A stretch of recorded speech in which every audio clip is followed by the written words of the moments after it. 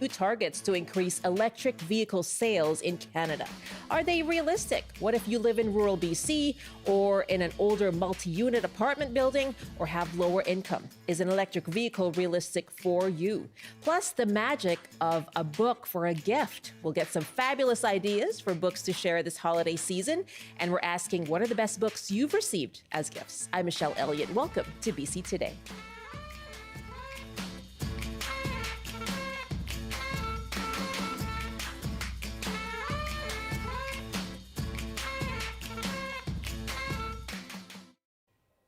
Thank you for joining us on CBC Radio 1 and live streaming on the CBC News app, cbc.ca/BC, and on the CBC Vancouver YouTube page.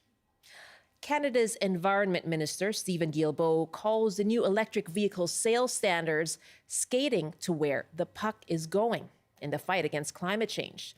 The government is requiring automakers to gradually increase the proportion of all new cars sold to be electric or plug-in hybrid. By 2026, it's aiming for 20% of all new light-duty vehicle sales, and that goes up to 60% by 2030. By 2035, 100%.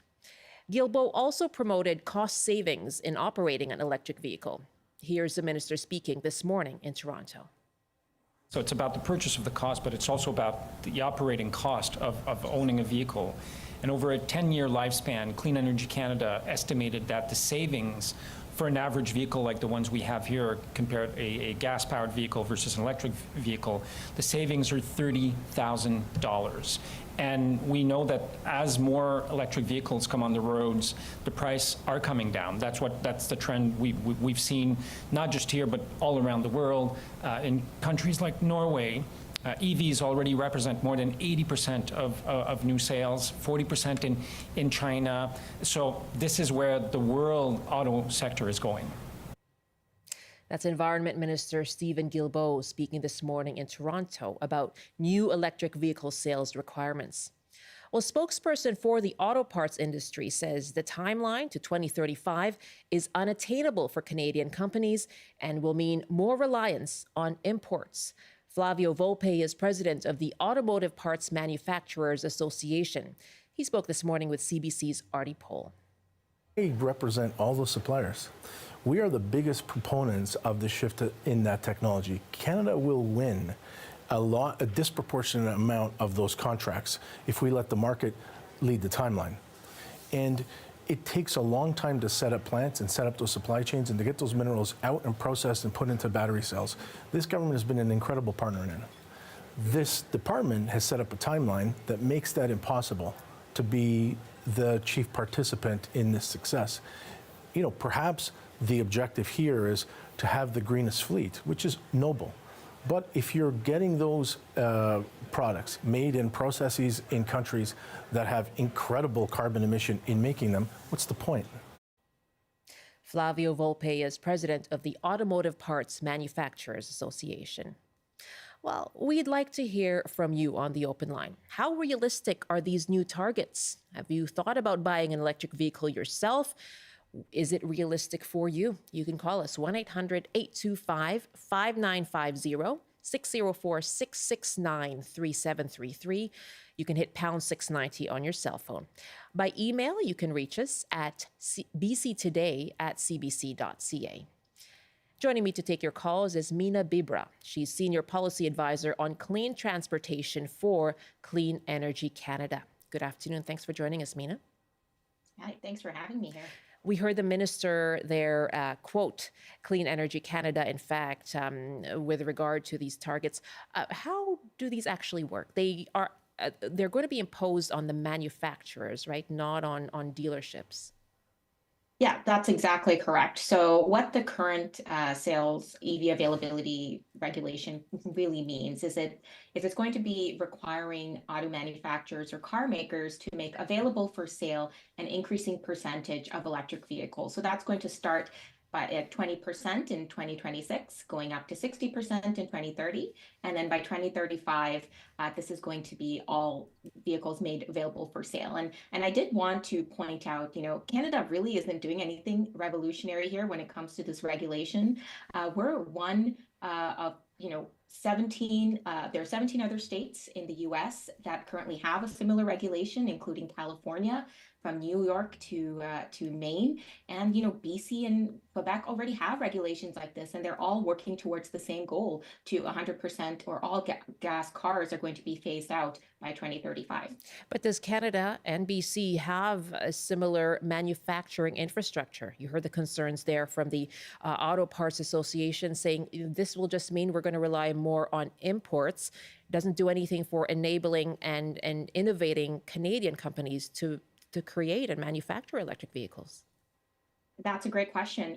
Flavio, from his interview himself, he mentioned that the federal government, along with provincial governments, have been great partners when it comes to starting in the right place. Just in the last year, we have made 3 big battery plant announcements in Ontario and in Quebec. That's domestic manufacturing capacity for battery plants, which is going to equal thousands of new jobs, domestically made Canadian electric vehicles. And when you pair that with these sorts of EV availability standards, it means that Canadians are going to have access to more Canadian-made electric vehicles. And so that's really the important thing to note. And now that we have these EV availability standards, we have more certainty in the market in terms of what that demand is going to be looking like. And auto manufacturers can address that because they have that sort of market certainty. Will they be able to meet, though, 20% of those sales by 2026? He says no. Well, I love answering this question because just in BC itself, BC last quarter in Q3 hit 26% of the sales were electric vehicles. BC's own sales regulation, which is very similar to what the federal government is proposing, their first official target was going to be 10% electric vehicle sales by 2025. So BC achieved that target almost 5 years in advance. And, when we look at Canada-wide, just last quarter in Q3, again, we hit 13% electric vehicle sales. And, this has been increasing substantially. And what this EV availability standard is going to be doing is it's going to equally provide supply across Canada. So making that supply more even. So when we talk about hitting 20% by 2026, absolutely, this is achievable. And like I said, we're not doing anything revolutionary here. There are other states in the US, BC and Quebec are also, they have similar regulations. Okay, I guess it's a bit of a chicken and egg thing, right? A demand to purchase these, but how much can Canadian manufacturers keep up with that demand as well? So where is that 20% going to come from? Let's take a call now. My guest is Meena Bibra, Senior Policy Advisor on Clean Transportation for Clean Energy Canada. We're asking you, are the federal government's new electric vehicle standards and requirements for sales, are they realistic in your view? And is purchasing and using an electric vehicle realistic for you and your life? Love to hear from you. 1-800-825-5950, 604-669-3733, pound 690 on your cell phone. And Chris is joining us from Cranbrook. Okay, so in the Kootenays, what is it like? Do you think an electric vehicle is realistic, Chris? Well, I think electric vehicles are outstanding, okay? Okay. But I heard on CBC this morning that BC Hydro is looking for other power sources, like getting power from Alberta and from the U.S. because of our drought. Now, the hydro thing, you need water to turn the turbines to make electricity. Where's all this water coming from? And it's a good thing that, everybody should go green. There's no doubt about it. But, I think they don't really plan for the future. Is that Chris, thank you very much. Understand the thing that I'm saying? Chris, thank you very much for that. So the impact of the drought on reservoir levels here in BC, we have heard about this all throughout the summer. And the Globe and Mail reported yesterday that those persistent drought conditions are forcing BC Hydro to rely on energy imports for a fifth of its domestic demand. Is it reasonable to impose these targets without setting up the infrastructure to meet the energy costs? That's a great question, and thank you, Chris, for that. So, people living in BC, I think you folks are feeling the direct impacts, with wildfires, with droughts of climate change. So there are Canadians today that are feeling that impact, and BC in particular has really seen that over the last year.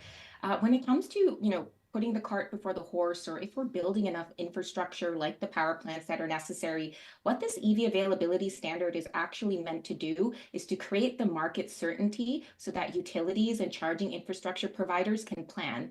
Right now, BC is a unique case along with Quebec and Canada because they already have the sales regulation put in place. But with this federal federal standard, what's going to happen is now utilities and charging infrastructure providers know that by 2026, 20% of sales are going to be electric, and that's going to keep increasing to 2035. And they need these sorts of numbers to be able to build the business case, to build enough grid infrastructure, the transmission lines, and also to diversify their power sources so that, we also have hydro, but we also have wind, we also have solar, we have battery technologies for backup power as well. So this, this standard is really working to address a lot of that uncertainty and help utilities plan.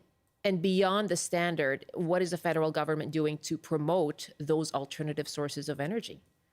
And so recently, the federal government actually just put out a draft proposal for a clean electricity regulation. And the aim of that is going to be to look at our grid and seeing how we can reduce the emissions within the grid itself. So not only are we having this EV availability standard to work on, the demand side of the electricity, but also the federal government is working on decarbonizing the grid itself and making sure that we're reaching our net zero targets also.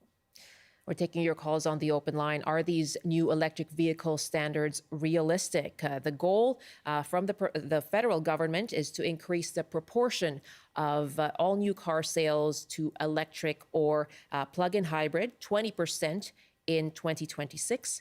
23% in 2027, and then by 2028, 34%, hitting 100% by 2035. Is that realistic in your view? And is an electric vehicle realistic for you? 1-800-825-5950, 604-669-3733. We have some emails too. Bryce writes, more cars are not going to solve the problems we have in our cities, regardless of the energy source used to move it. EVs still get stuck in traffic jams. Canada needs to invest in public transit and bike lanes, not public money to private companies to build more cars. Charlie writes, our family has 4 EVs starting in 2015 and have never had any difficulties traveling anywhere, have saved a ton of money as a result. The first one is 10 years old and is in perfect condition. There's some very different opinions there. Thank you so much. bctoday@cbc.ca is our email address. Our next caller is Angela in Vancouver. Hi, Angela. Welcome. Oh, hello. How are you? I am fine. Thanks for calling in. What are your thoughts on electric vehicles? Is this new expectation for increasing sales realistic? I would say it's not just realistic. I would say it's necessary. I think a point that's been alluded to, but somehow keeps getting missed, is that this is where the market is going. People are buying electric vehicles. And I think what your guest is saying, that the government announcement with these requirements is giving manufacturers the confidence to provide what customers are going to require. And the reality is, if they miss that, they are not going to, they're going to miss out on customers. Those customers are going to be buying from overseas and elsewhere. Angela, thank you very much. I think what the minister referred to as hitting the puck, right, to where the game is going. The Gretzky reference there. Exactly. Everybody that we know has bought hybrid or electric vehicles. Is that right? So, I mean, it's just everything that happened with gas prices people are just fed up, and people don't want to buy vehicles that they're not going to be able to sell because nobody wants to buy a vehicle that's not at least a hybrid. Angela, thank you very much. It's skating to where the puck is, skating on the ice to Yeah. where the puck is. I'll get my hockey references right one day. Angela, it's been a while since you've called in. Thanks so much. Okay, thank you. Good to hear from you. And let's go back to my guest, Meena Bibra, on that. The demand, right? I think that was the point that the federal government was making today, that they see that demand just increasing. Yeah, and in BC, Angela, thank you for that question. In Vancouver itself, they're even higher. They've hit 30% of sales in Vancouver itself are electric vehicles. The demand is there. That is not slowing down. The sales are not slowing down. So, like I mentioned before, there are 17 other states in the U.S. that have similar regulations, including California. This is a way that the Canadian government can secure supply of Canadian-made electric vehicles within Canada, because otherwise they're going to be going to other jurisdictions in the U.S. And, we don't want that. We have invested a lot of taxpayer money into building these battery electric plants in Ontario and Quebec. And this creates an opportunity for us to sell within Canada and overseas as well. But the point of this regulation is going to be ensuring that we have a piece of that pie so that Canadians have access to these vehicles as well. For the regular consumer, there are still the hurdles. Yes, it will save you over time, but the upfront cost is still there. Lack of charging infrastructure, especially if you live in an older apartment building, a multi-unit, there's going to be a challenge there. A wait list, if you're even able to buy one, or able to afford to buy one, a wait list, because there's lack of supply. How can the government address those challenges for the average consumer? So, with this EV availability standard, it really answers a lot of the challenges that we've been seeing. And BC has really been pioneering this through their own leadership within Canada as well. When you start having regulations that require a certain percentage of sales, automakers will have to start sending that supply into those provinces. We're seeing that happen in BC and Quebec. 70% of electric vehicle sales right now in Canada are happening in those two provinces. And that's not the amount of car sales that they have in total. So a disproportionate amount of vehicle sales for electric are going to these two provinces. When it comes to charging infrastructure, again, this creates the market certainty for utilities, for charging infrastructure providers to build out. This is the plan. When you know that you have these percentages, you plan for the grid capacity, you plan for accessible charging infrastructure as well. And so when we talk about, condos or apartment buildings or folks that don't have access to a private parking space, this should then be the complementary policies that we're talking about to support these kinds of availability standards. So right now, the federal government has programming available, but this is where there's a great opportunity for provinces, municipalities to really look at how can they ensure that folks that don't have a garage at home, they have rebates and funding available to be able to charge at home. And BC actually does have programming available to install charging infrastructure at home where 80 to 90% of charging happens. Meena Bibra, thank you very much for your time. Thank you so much for having me. Meena Bibra is a senior policy advisor on clean transportation for Clean Energy Canada. Well, yesterday on the show, we asked for your favorite holiday movies. And we got a lot of emails after our conversation. Here are more of your favorite festive flicks. John writes, possibly my overall favorite is a Canadian-made movie called Cooper's Christmas. It stars real-life partners Samantha Bee and Jason Jones. The premise is that their video camera footage of Christmas Day 1980-something is found 20 to 25 years later. Behaviors then don't necessarily fit now, as we see as the day unfolds. Now, coming from a large family, the chaos of the day rings very true. It's not for all, but my friend and I have watched it every Christmas, every year for about 10 years now. We laugh out loud every time. Judith writes, The Great Rupert, aka A Christmas Wish, is about a New York family who's down on their luck. Shortly before Christmas, they move into an apartment where Rupert the squirrel lives in the attic rafters. Just when it seems the holiday will come and go without even a Christmas tree, Rupert acts as the family's guardian angel, saving Christmas, but also changing their lives forever. The film is enlivened with warmth and sweetness and humor. Abby writes, my mom passed away in 2020. Christmas was her absolute favorite season. It has been heartbreaking to celebrate it without her. Her absolute favorite Christmas movie were the ones with the Muppets. Everybody loves A Muppet Christmas Carol, but not many know about the Muppet Family Christmas. It is absolute chaos and has some iconic Kermit and Miss Piggy moments. It is heartwarming and beautiful and was my mom's favorite. Thank you so much for all of your emails. bctoday@cbc.ca.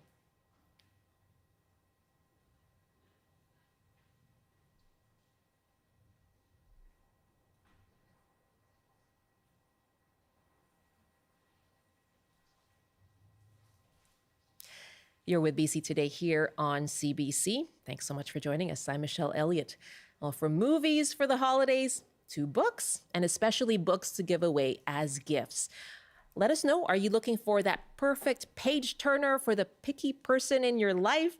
Is there a young reader you're shopping for? What about a memoir to meditate on? If you're looking for help choosing a book gift, you can give us a call. And let us know, too, what is the most memorable book you've received as a gift under the tree? You can call us 1-800-825-5950, 604-669-3733. You can hit pound 690 on your cell phone as well. You can email us bctoday@cbc.ca. Jennifer Kim is owner of 2 bookstores, Humpty Dumpty Books and Nooroongji Books, both on Granville Island. She's with me in our studio with piles of books. Hello, Jennifer. Hello, thank you so much. It's so nice to have you, and I know we're going to go through those books. I'm so excited as a bookworm myself. Tell me about your love of books. Where did it all start? Well, I think it was just born out of just my nature. Like, I was super curious as a kid, and even before I could read, I would pretend to read. And of course, immigrating to Canada, one of the first places that we found kind of comfort in were the public libraries. Yeah. And so, back then we would go to the Burnaby Public Library, the VPL here, and my mom would just drop me off for like hours, and I would just spend my own time, stacks of books, and just having a great time. You're absolutely right. I immigrated here from the Philippines at 12 years old, and you're right. The first place we went to was the library, and you could get things for free, so very affordable. But I remember taking books home and just going through those stacks, those turnstiles, and pulling out books for teens. What makes a book a perfect present for the holidays? I think, the fact that you can imbue a bit of yourself into the gift, a little bit of influence, while also considering the receiver. Right. And it's, something that can be enjoyed over and over again. And you know that you're also helping the local economy if you're purchasing from a local bookstore, as well as, writers and the whole entire chain of the publishing industry, which I think is important. Absolutely. It's sort of like putting together a playlist for someone. Like, you really put thought into why this is the perfect one for you. Exactly. Yeah. Oh, wow. Is there a book for yourself that you received once and just you remember to this day? I have to say, the Anne of Green Gables series. Yeah.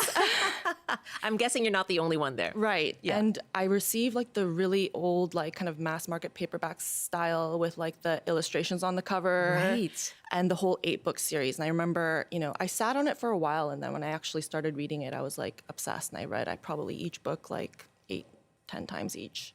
And it was just such a lovely gift. Yeah. And I still kind of lean on it sometimes as like a comfort read, Oh, wow. How old were you? Do you remember? I think I was probably around 11. Yeah. Yeah.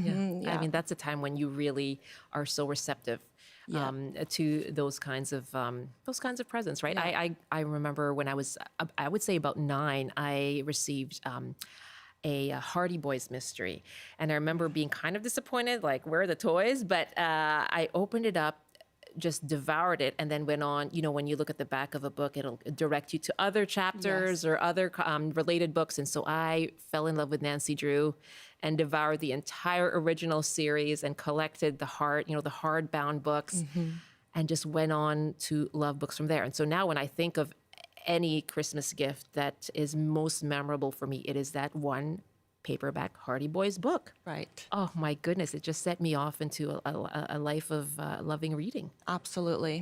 What does that do for a child when you give them a book to read? You know, what's it like for you Humpty Dumpty is a kid's bookstore, a beautiful one. What's it like for you to see kids discovering books?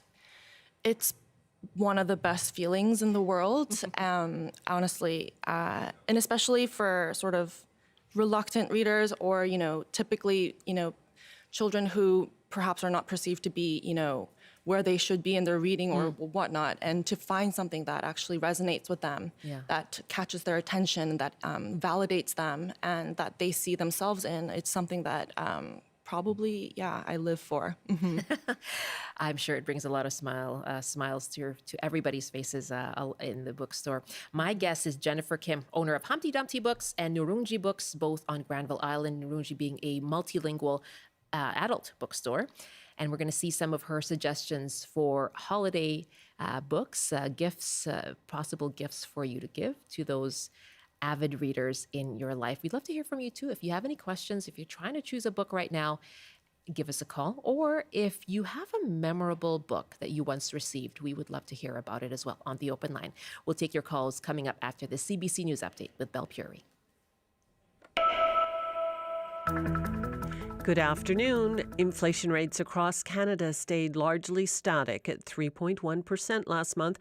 BC's, however, was a bit higher at 3.2%. Forecasters had expected that inflation would tick down, but higher prices for recreation and clothing put an upward pressure on the rate.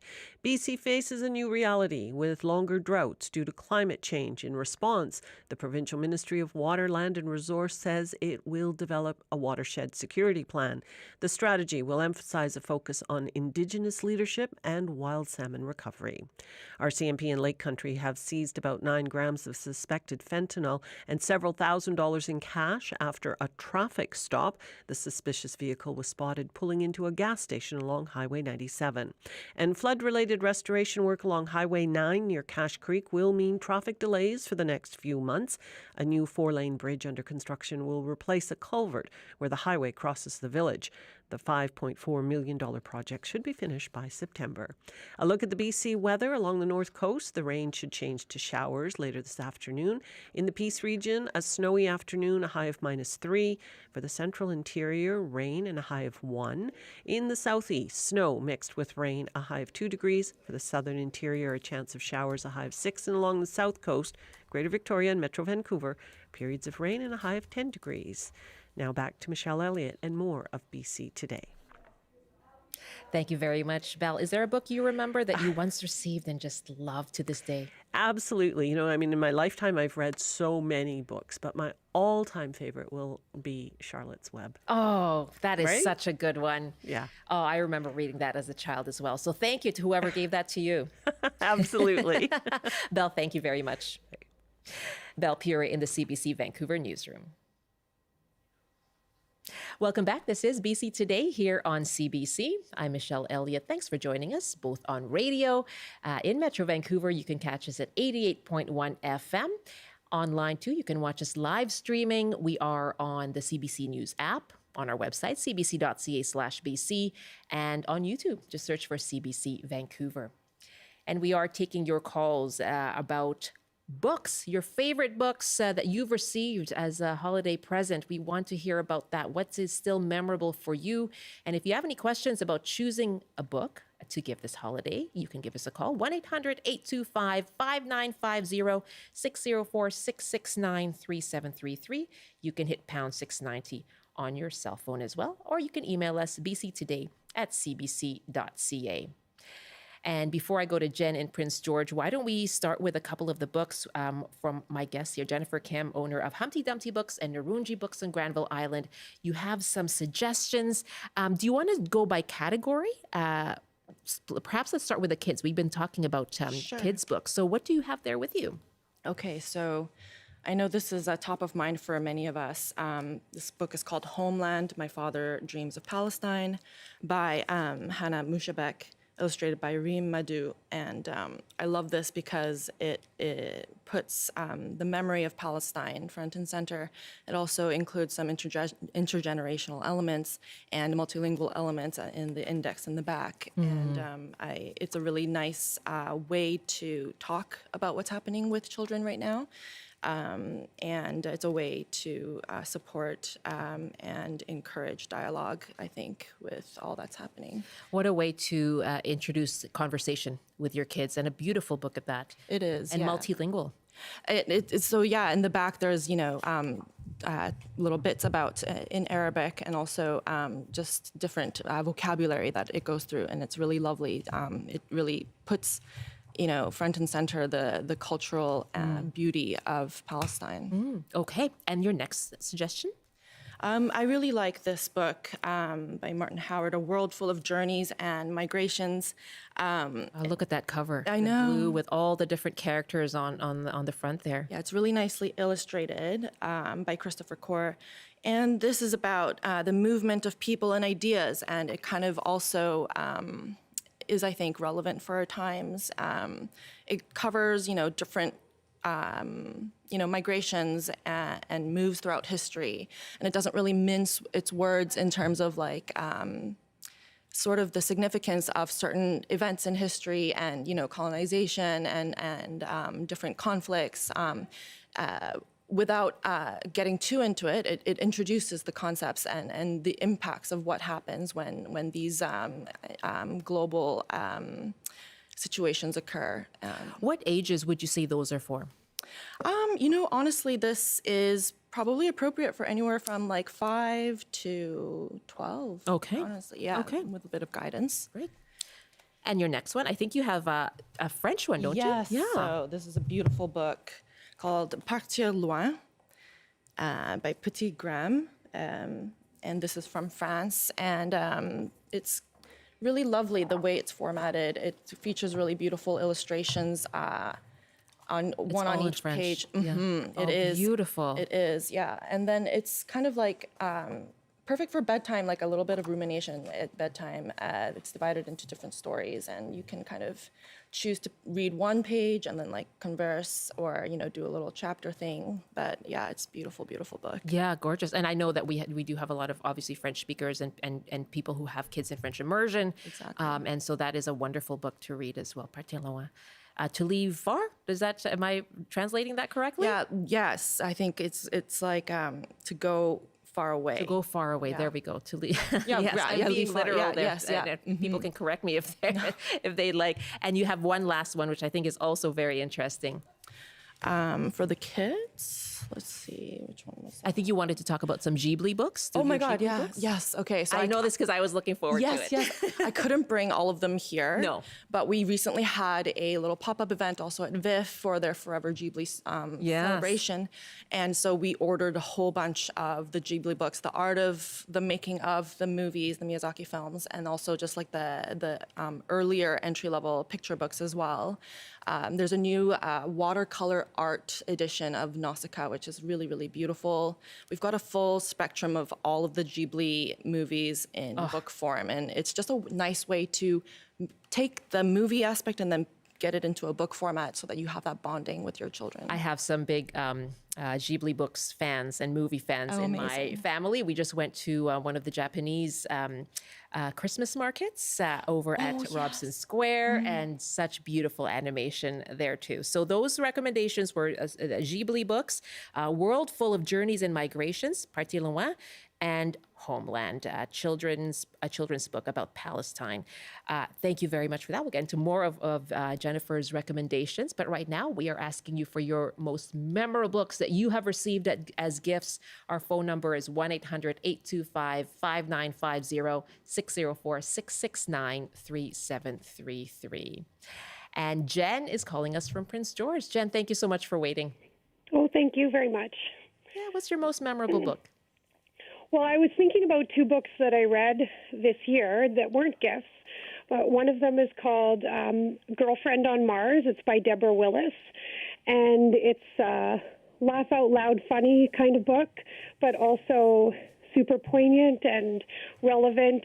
Climate change, social media, Wow. The movie or the novel takes place partly in a like reality TV show setting, so it's so relevant, but also hilarious. Yes. He manages to talk about some pretty dark topics in a really accessible way. Oh, sounds very Yeah, cool. it's Yeah. very, very cool. And the other book I read, I really got into this author called named Becky Chambers this year, and she writes sort of about nothing.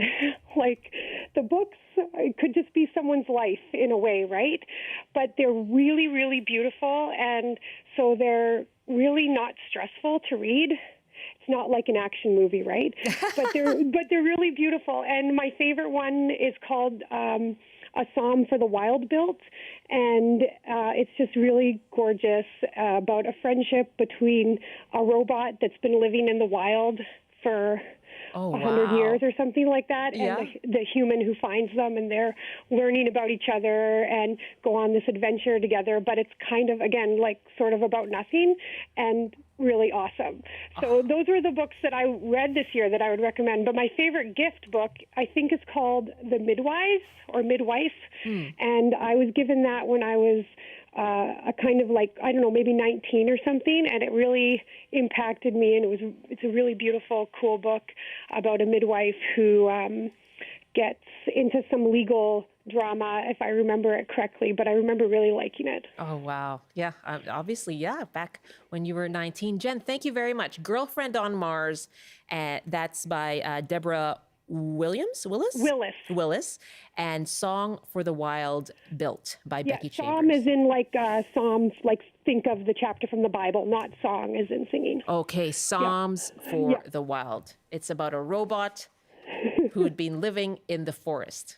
Yep, and it's really cool. That's where you got me. Jen, thank you very much. Those sound amazing. Have you heard of those? Those sound so great. That does, yeah. What wonderful stories. Love to hear from you too. What are the books that you would recommend for others to give as a present? Jen's recommending those too. Girlfriend on Mars, Psalm for the Wild Built. Give us a call, 1-800-825-5950,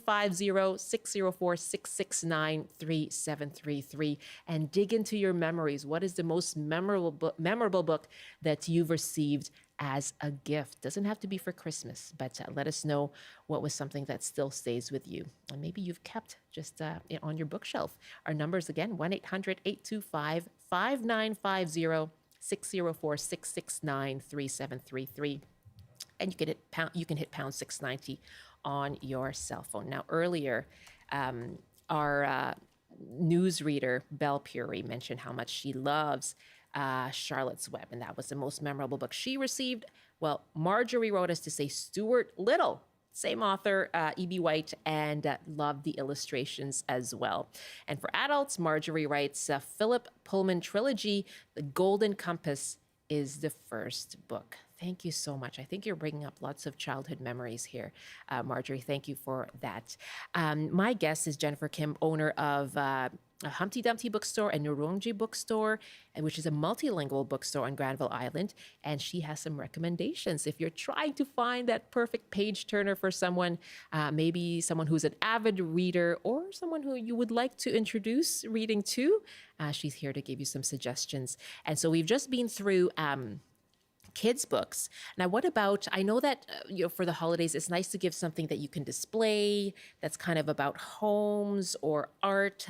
So what do you have for that? That might be something that will look nice in your home. Yeah, absolutely. So I've got this amazing book by local artist and photographer Greg Girard. It's called City of Darkness, Kowloon Revisited. And look at that graphic design. It's just colorful lines all across. Yes, yeah. And beautiful. The whole, yeah, there's just so much incredible photography in here and documentation of this sort of place that no longer exists in Hong Kong. It was kind of, a very densely packed, kind of an organically grown city within a city that was demolished, and everyone was evacuated eventually by the government. But this is a documentation with interviews of the people inside this place, and it's just.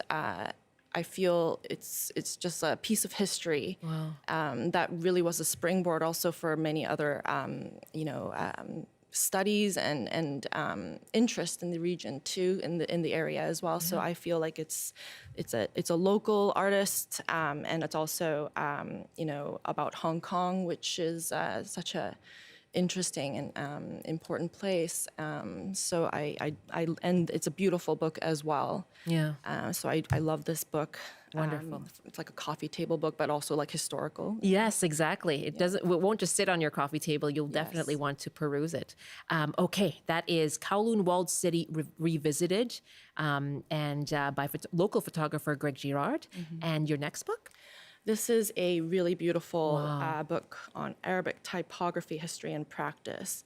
It's a multidisciplinary work, and it is also, just gorgeous. It's definitely heavy. Like it's academic, but it's also accessible in that if you have an interest in the Arabic language, in typography, and in the Middle East, I think this is an amazing reference book to gift or to have in your home. What great range you have here.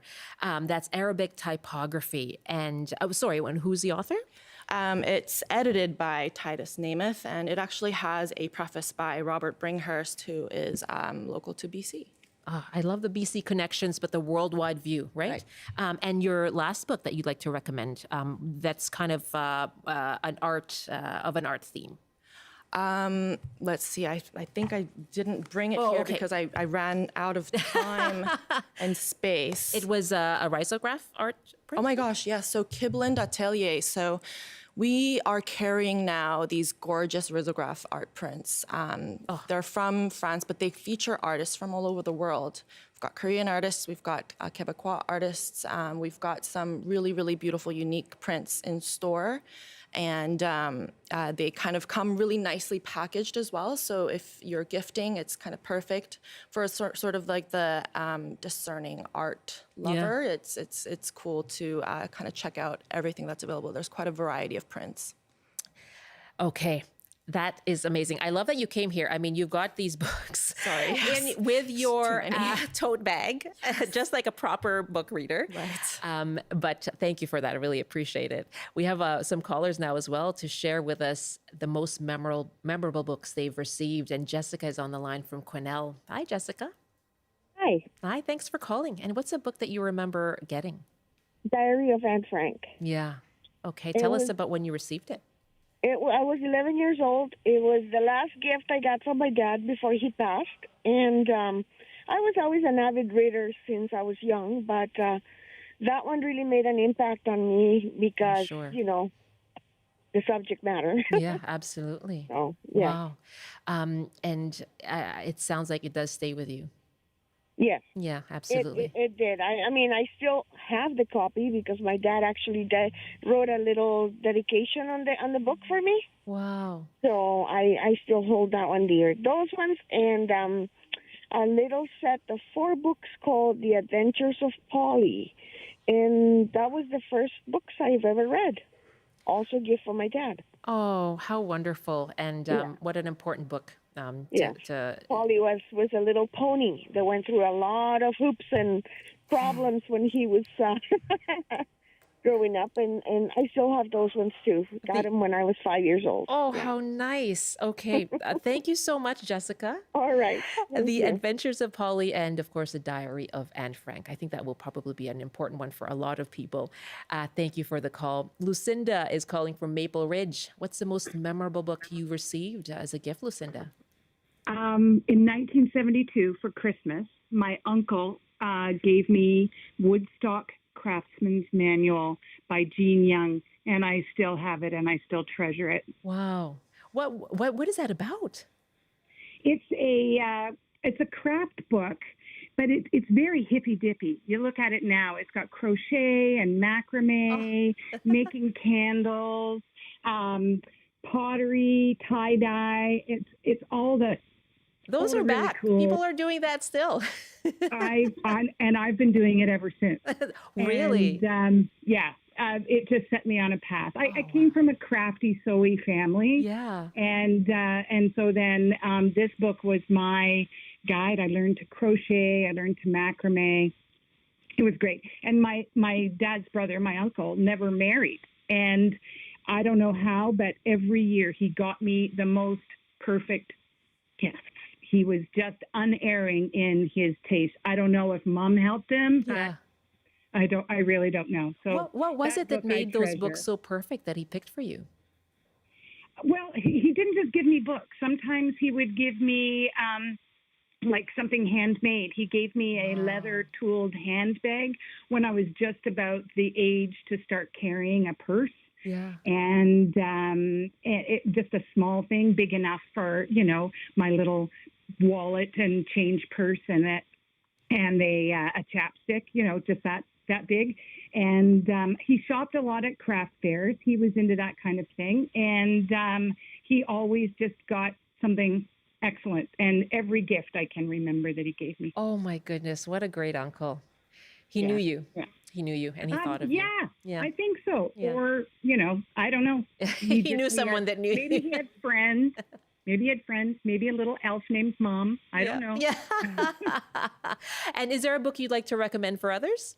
Yes, and I recommend this all the time. It's called Mink River by Brian Doyle. It takes place in a little small port town, little fishing town in Oregon. And there's a little bit of magical realism in there.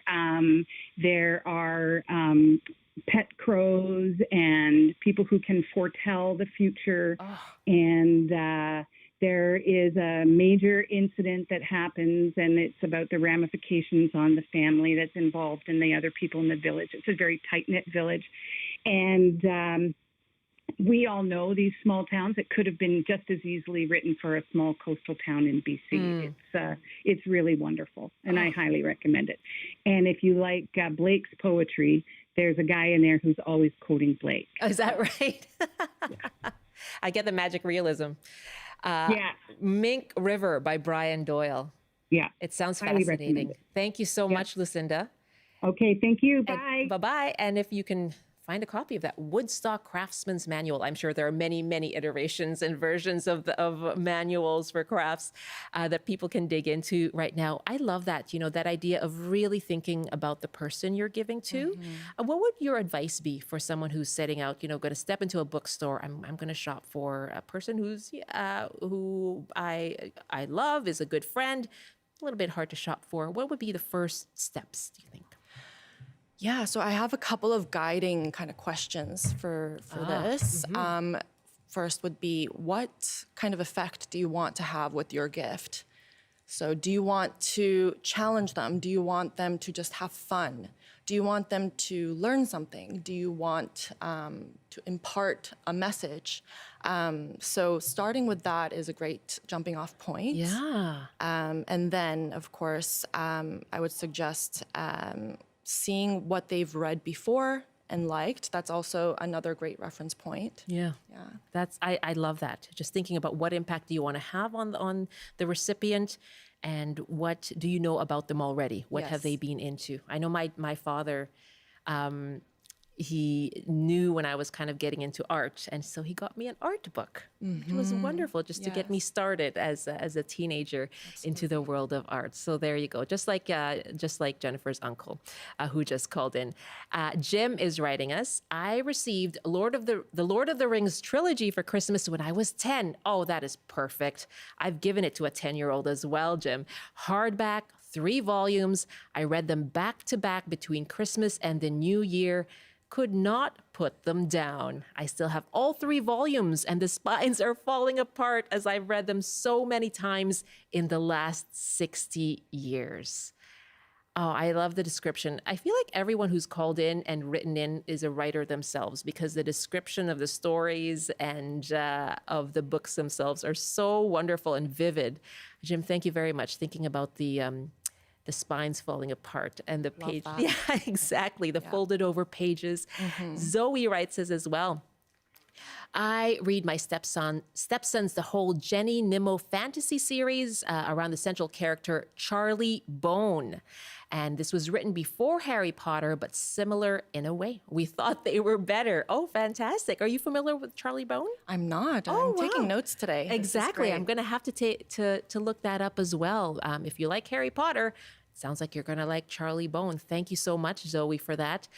Laura Lee is on the line just for a quick comment about a book series. Hi, Laura Lee from Quesnel. Hi. Hi, how are you? I am well. What's a book you want to recommend? Her name is Ariel. She wrote a set of 3 books. The first one was Clan of the Cave Bear. The next one was Valley of the Horses. And the third one was Mammoth Hunters. And she did a lot of archaeological research, and she tried to fit the story to the artifacts that were found. And it just tells you everything they've done. They call them flatheads. And her story, she was lost in an earthquake, and they took her in. So she was different. She was blonde, and she got kicked out of the clan for using a stone throwing thing. So she goes off on her own and lives in this prehistoric world. And I had a friend from Germany come to Quesnel Mining, Rainer Brustel, and he actually has a cave in that same area that he keeps his backpack in. Yeah. Ever since he was young, he's went there. Lorelei, thank you so much. And this is a 3-part series. The author is Jean Alwell. I think her name is Ariel. Like, someone will have to look it up. Okay. I don't have internet. Sure. The clan of the cave bear. Thank you so much. Valley of the Horses and Mammoth Hunters. Wonderful. Thank you very much for the call from Quesnel. Wonderful, that connection too. I have about a minute left. I know we have some more books you want to get through, Jennifer. What about for the deep thinker in our lives? Yeah, so I've got a couple of books that are maybe a little bit off the beaten track. This book called Imagined Masculinities, Male Identity and Culture in the Modern Middle East. And this is a compilation of essays regarding, the study of men and masculinity, which isn't often covered in this region. Yeah. And I like that it's written by women, talking about men this time, and it's some really thought-provoking essays in here. Okay. And then we've got this really nice, perfect for stockings and sort of very affordable at $15 paperback on Truth and Untruth by Friedrich Nietzsche, of course, if you want a little bit of, Who doesn't have a Nietzsche fan in their lives? Exactly. I have to wrap there. The idea is to make people think. Yes. Thank you so much. Thank you. Jennifer Kim, owner of Humpty Dumpty and Nooroongji Books. Thank you so much for joining us. Loved all of your book suggestions. You can email us, bctoday@cbc.ca. Thanks for joining us online as well, live streaming on CBC Gem and the CBC News app. You can watch us again on our YouTube page. That's CBC Vancouver. I'm Michelle Eliot. Great to have you with us. We'll be back tomorrow.